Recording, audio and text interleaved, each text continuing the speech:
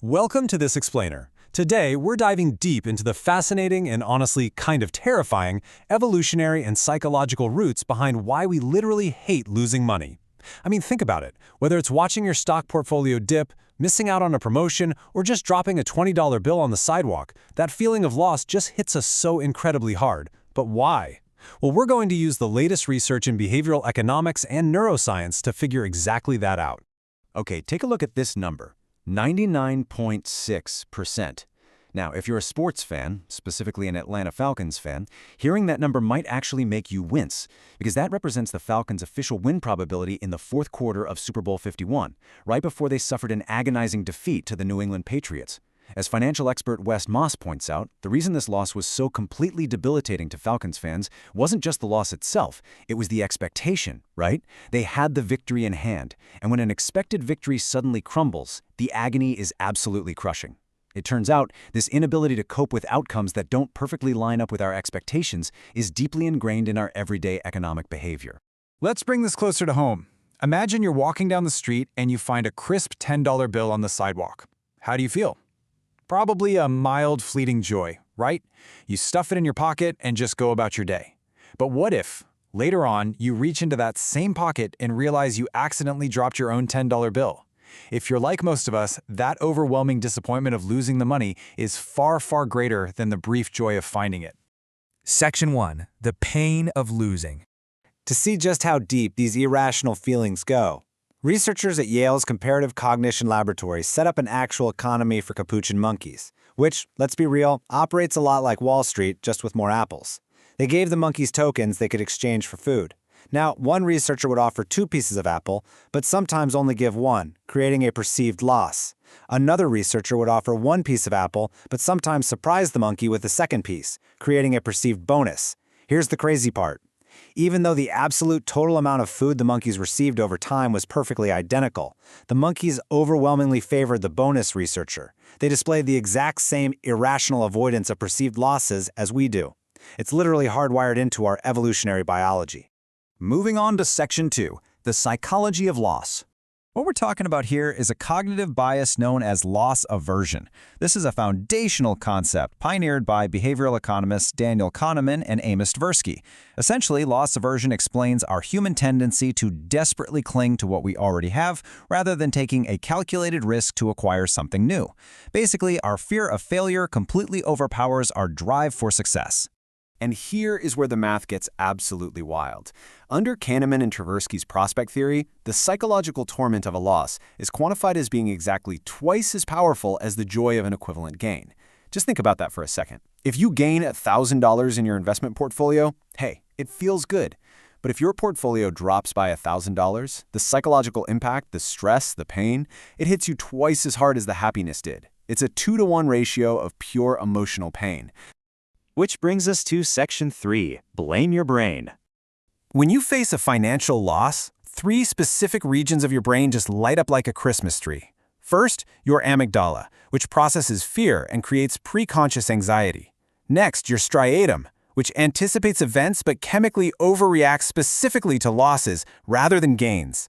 And finally, your insula, a region that reacts to disgust. Together, this network chemically equates the threat of losing money to the visceral, cortisol-fueled physical danger of seeing a venomous snake in the wild. Your brain is aggressively, physically programming your body to be terrified of the loss. A study by neuroscientists at Caltech proved this in a really incredible way. They observed patients with a rare genetic disease that had completely destroyed their amygdala. They had these patients play an experimental economics game right alongside totally healthy control subjects. The result? The patients with amygdala damage completely lost their fear of monetary loss. I mean, they gleefully accepted 50-50 gambles to win $20 or lose 15. The healthy control subjects, however, strictly rejected that exact same gamble out of pure caution, even though the net expected outcome is mathematically positive. The healthy brain's fear center literally overrides mathematical logic. Let's look at Section 4, how it traps us. Because we are wired this way, our modern world is just riddled with invisible traps, and you'll probably recognize your own behavior in some of these. In investing, we hold on to failing stocks way too long because selling means actually cementing the loss as a reality. In marketing, companies offer you a free trial, right? Because once you integrate a product into your routine, canceling feels like a painful loss of your own property. Insurance companies highlight massive, highly unlikely lists of doom to prime your anxiety, making you totally happy to accept the guaranteed, small loss of a monthly premium. And in our careers, we stay in unfulfilling jobs simply because the fear of losing our current security vastly outweighs the potential joy of a better opportunity. This bias is actively preventing us from making logical, rewarding choices. Investment expert Wes Moss hit the nail on the head here. He points out that fighting your natural instincts is incredibly difficult, leading to this quote, "The correct decision is often the one that feels the worst." Actually doing the rational thing, like buying a cheaper asset when the market is down and everyone else is panicking, feels completely terrible in the moment. Why?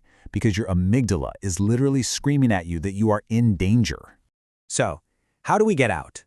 Section 5. Escaping the loss trap. Are we just doomed to be controlled by our primitive brain chemistry? No way. Research from decision scientists shows we can actively bypass our hyperactive amygdala using 3 distinct strategies. Number 1 is framing. Intentionally rephrasing a decision in your mind to highlight the potential benefits rather than obsessing over the risks. Number 2 is perspective, forcing yourself to realistically define the absolute worst-case scenario, which, let's be honest, usually proves it isn't life-threatening. And number 3 is leveraging modern technology, like AI and machine learning models. By letting algorithms weigh our options, we get highly objective calculations of net benefits that are completely immune to human emotional bias. To show you what happens when we successfully conquer our loss aversion, check out this incredible real-world example from Brazil. When facing massive outbreaks of viruses like Zika and dengue, highly loss-averse nations in Europe stuck to the safe route, relying on outdated chemical pesticides. But Brazil? They took a massive, calculated risk. They worked with an innovative company to release genetically modified mosquitoes designed to crash the local disease-carrying population. It was a huge risk for sure. If it failed, the political and financial losses would be catastrophic. But they looked at the math, they ignored the fear, and the result was spectacular. They reduced disease-carrying larvae by a staggering 82% and dropped dengue fever cases by an incredible 91%. It just brilliantly illustrates how conquering our fear of loss can lead to massive, world-changing gains. As we wrap up this explainer, I want to leave you with something to really chew on.